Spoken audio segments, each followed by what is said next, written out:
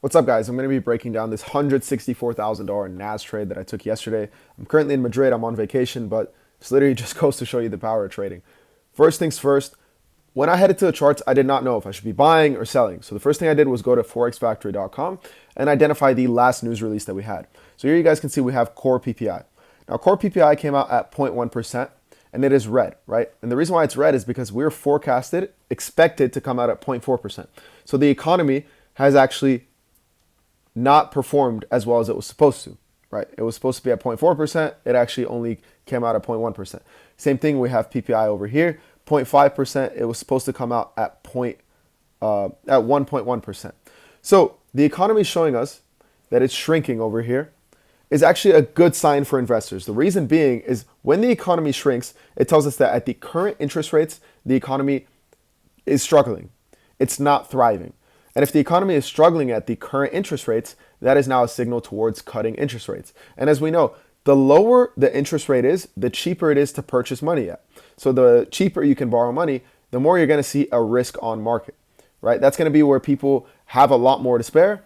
The economy is doing well, and now they want to put their money into things like the stock market. So this was a very optimistic turn for investors. Now, on top of that, we have a lot of things going around the war, and we had a lot of ceasefire being talked about with the war yesterday, leading us to more optimism. So when there's a ceasefire, that's going to tell us, hey, we're able to enter a risk on market. A risk on is going to be when we flow money towards the stock market, not so much towards gold.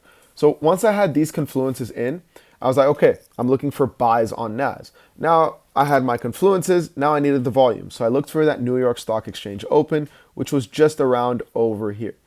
Now let's bring this down to my minute one so I can show you guys exactly what I was seeing. Here you guys can see there's nothing really for the markets to latch onto. So I just started to look for basic market structure because I had my fundamental buys, and now I'm looking for the technicals to align with them. So here I can see this was my low point because I created this high point. And then you guys can see price pulls back, break a structure towards the upside. Price pulls back into here, and it gives me my favorite confluence, which is bearish candle, indecisive candle, and then a strong bullish candle that closes above the 50% level of that candle. So right here, I was actually able to get in. I got in kind of on the pullback of the next candle opening because obviously you wait for that candle closure. Tuck my stops below the low over here. And then for my take profit, I went to my higher time frame. And if you go to the daily time frame, you guys are going to notice this blue box that I've marked up over here is actually going to be that daily supply zone. So I was like, investors aren't really going to enter the market in the middle over here. They're going to be looking to get in on those supply zones. So I was actually able to use that as my take profit. And now I'm going to show you guys the confluences that actually allowed me to hold this trade. So you guys can see I have this channel drawn out. And if I let this play a little bit more, you guys will see it respects this channel. It was ranging in it for a while. And I was in while it was in on the range. But one thing that I don't really see a lot of trade influencers talk about, but I've seen in a lot of the hedge fund books or a lot of the hedge fund managers who I've spoke to, is you have to identify which direction the markets are ranging in. So yes, this is ranging, but let's identify the patterns. This low over here, and then you have this high, and then you have a higher low and a higher high. So yes, it is ranging, but the markets are ranging towards the upside in this moment.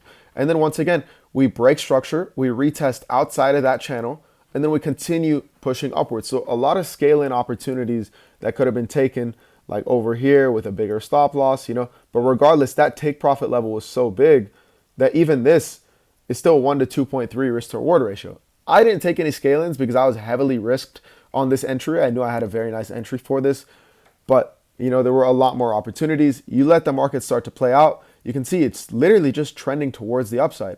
And you let this play out for a couple hours, and then you guys will see absolutely smack take profit. The reason why I had this green line over here is because I did lose when I started the day. So anything above this green line was going to be like recovering my losses and then just straight profit. And you guys can see I hit my take profit right there.